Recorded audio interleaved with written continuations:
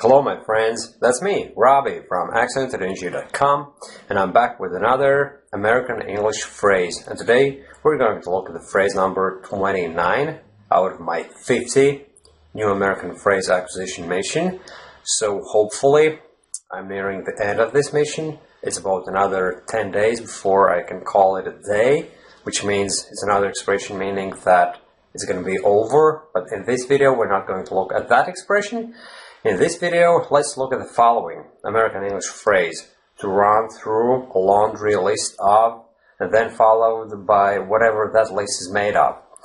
And in this situation, a laundry list is just any list you may have at hand, right? If you are going through a list of something, and regardless of whether the list is an actual list, a piece of paper, or a mental list, maybe you're listing something in your head, right?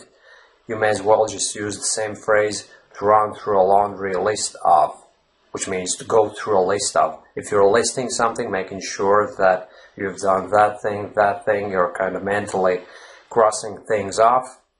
It may as well be described as running through a laundry list of things to do. And here's a typical example, right? In my work, we have a massive big whiteboard where we list all the customer orders that have to go the particular day, right? And then towards the end of the day, many more items get added onto that list.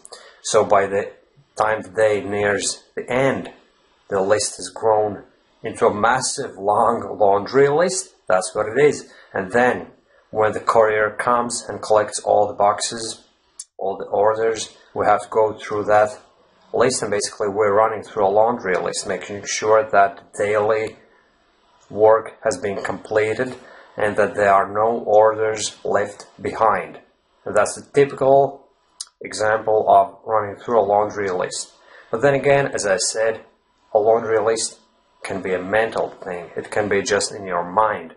And say, for instance, you are just having a nice walk in the nature, and then you're dwelling on your past, and then you're running through a laundry list of all the bad things you've done in the past, and then you're dwelling on it, and then you're drawing a conclusion that you're a bad person after all, and it's about time to change and become a better person overall. Of course, this is just a made-up thing. I'm not saying you're a bad person and that there are any bad deeds that might be weighing on your soul. I just made it up as a vivid example of how a mental laundry list would be run through by you, you know. And that's about it, my friends. This is a new phrase, the 29th. To be more specific, and I'm just practicing my spoken English and speaking with the American accent at the same time. Make sure that the phrase to run through a laundry list gets wired into my brain.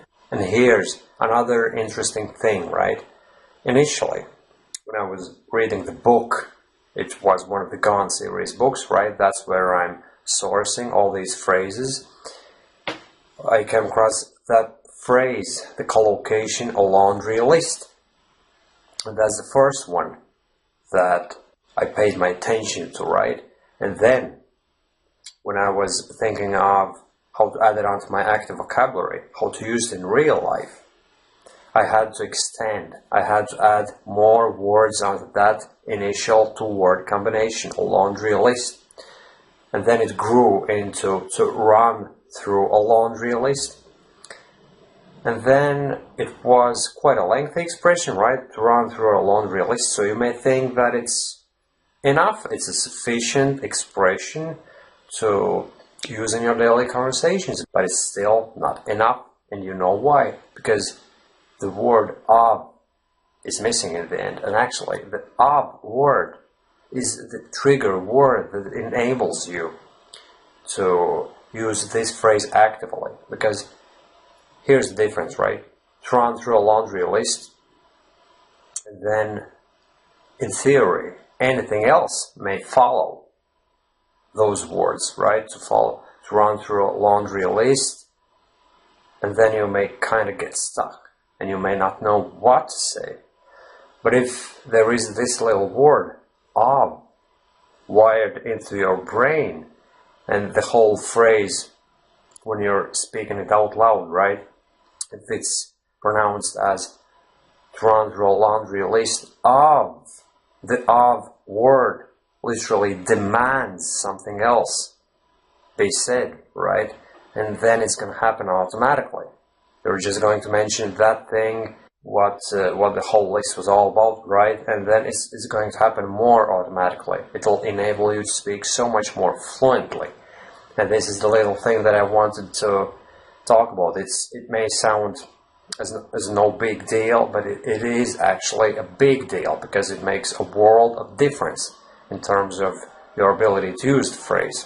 Now that I've wired the longer phrase to run through a laundry list of, it kind of implies, it already kind of pulls the next word out of my mouth, you know.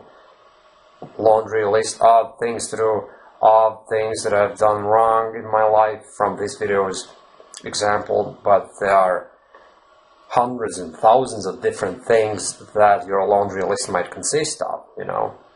And basically, when you pronounce the word of in the end, it kind of triggers the next word to be spoken out.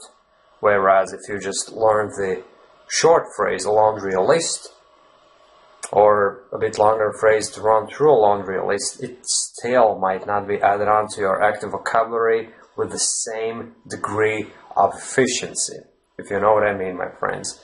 Anyway, thanks for watching this video, and see you soon again. Bye bye.